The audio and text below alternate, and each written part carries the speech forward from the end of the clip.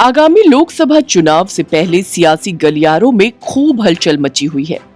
एक तरफ इंडी गठबंधन में कुछ भी अच्छा नहीं चल रहा है, तो वहीं सीट शेयरिंग को लेकर बीएसपी, तृणमूल और आप पार्टी ने कांग्रेस के सामने चुनौतियां खड़ी कर दी हैं।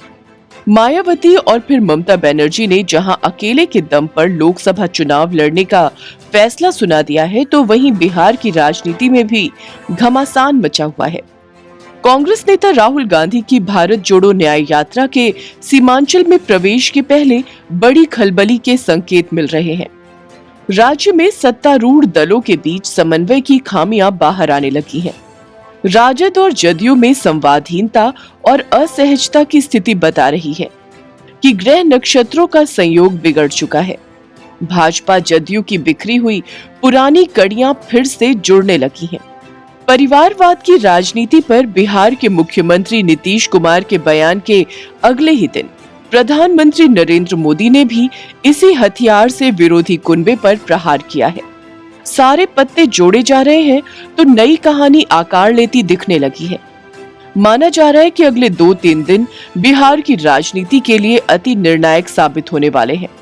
अगर ऐसा हुआ तो INDIA का पूरा समीकरण ही बिखर जाएगा, क्योंकि जेडीयू नेता नीतीश कुमार की ओर से ही इस विपक्षी खेमे की शुरुआत हुई थी। पिछले कुछ दिनों से जदयू और राजद के बीच असहजता, राजनीतिक कश्मकश, भागदौड़ और उथल-पुथल की गतिविधियों की सूची लंबी होने लगी है।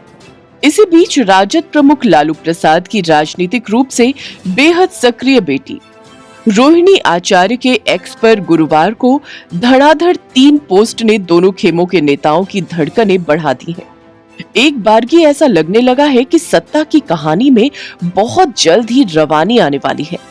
हालांकि बाद में रोहिणी ने अपने तीनों पोस्ट को डिलीट कर दिया, फिर भी हलचल कम नहीं हुई।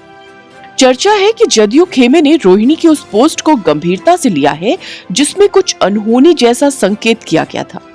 इसके पहले गुरुवार को कैबिनेट की बैठक के बाद बाहर निकले उप मुख्यमंत्री तेजस्वी यादव की खामोशी और लालू राबड़ी आवास में पसरा सन्नाटा और शीर्ष नेताओं की आवाजाही स्थिति की गंभीरता का एहसास करा रही है।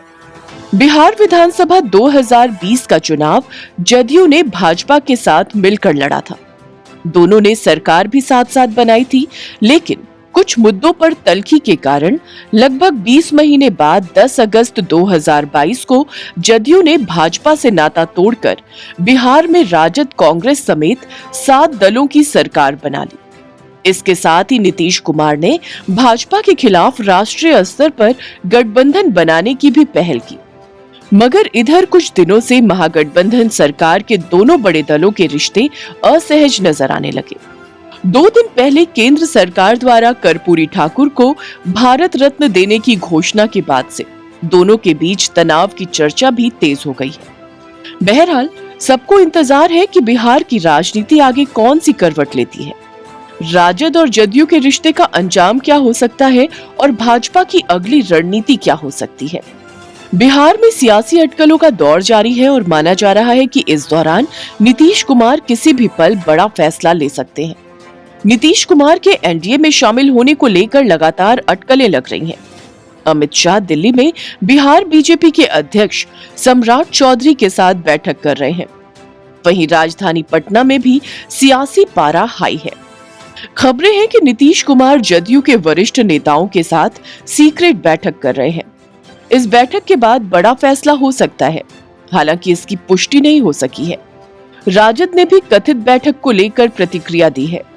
राष्ट्रीय जनता दल के मुख्य प्रवक्ता शक्ति सिंह ने कहा है कि कहीं कोई बैठक नहीं हो रही है।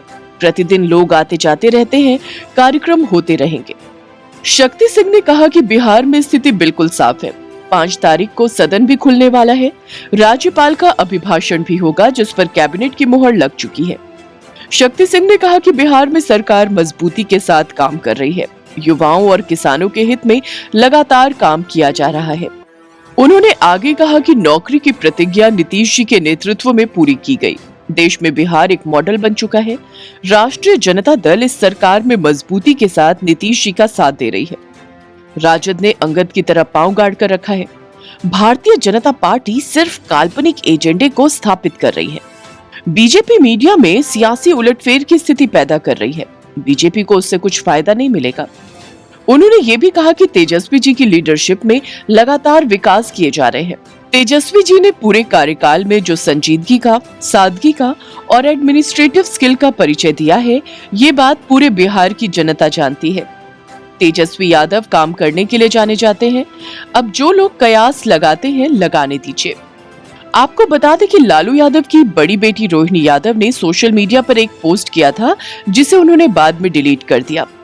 उन्होंने लिखा था, अक्सर कुछ लोग नहीं देख पाते हैं अपनी कमियां, लेकिन किसी दूसरे पर कीचड़ उछालने को करते रहते हैं बदतमीजियां।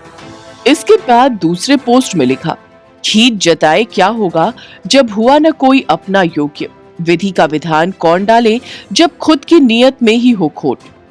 जब पोस्ट पर सियासी बवाल खड़ा हुआ तो इसे डिलीट कर दिया। इस पर शक्ति यादव ने कहा, जब भी कभी दूसरे संदर्भ में अभिव्यक्ति किसी की आती है और कुछ लोग उसे अलग दृष्टिकोण से परोसने की कोशिश करते हैं, तो स्वाभाविक है कि वो चीजें हटा ली जाती हैं। बिहार में एक तरफ सियासी हलचल तेज है, दूसरी तरफ जदयू नेता राजीव रंजन ने बीजेपी पर हमला बोला है। उन्होंने कहा है कि मुख्यमंत्री नीतीश कुमार ही अति पिछड़ा समाज के सर्वमान्य नेता हैं। राजीव रंजन ने यह भी कहा कि भाजपा को यह समझ लेना चाहिए कि बिहार का अति पिछड़ा समाज उनकी हकीकत अच्छे से समझता है। जदयू के राष्ट्रीय प्रवक्ता राजीव रंजन ने अपने एक्स हैंडल के जरिए भाजपा पर चुटकी लेते हुए लिखा है कि जननायक कर्पूरी ठाकुर की 100वीं जयंती पर बिहार के अति पिछड़ा समाज के उमड़े जन सैलाब ने एक बार फिर से साबित कर दिया है कि मुख्यमंत्री नीतीश कुमार उनके एकमात्र सर्वमान्य नेता हैं। उन्होंने लिखा कि मुख्यमंत्री के आह्वान पर जयंती समारोह में तकरीबन 5 लाख लोगों का आगमन हुआ, जिसमें से लगभग 3 लाख लोग सभा स्थल तक पहुंचने में कामयाब रहे। दूसरी तरफ जदयू की देखा देखी इसी तरह का आयोजन कर भाजपा ने अपनी भद्द पिटवा ली है। उनके कार्यक्रम में नेतागण आम जनता का मुंह देखने के लिए तरसते रह गए। राजीव रंजन ने आगे लिखा है कि जानकारी के मुताबिक भाजपा के कार्यक्रम में अति पिछड़ा समाज के लोगों की संख्या न के बराबर रही। लोग बता रहे थे कि इनके कार्यक्रम में उपस्थित लोगों से ज्यादा संख्या सड़क पर चलने वाले राहगीरों और दुकान लगाने वाले लोगों की थी।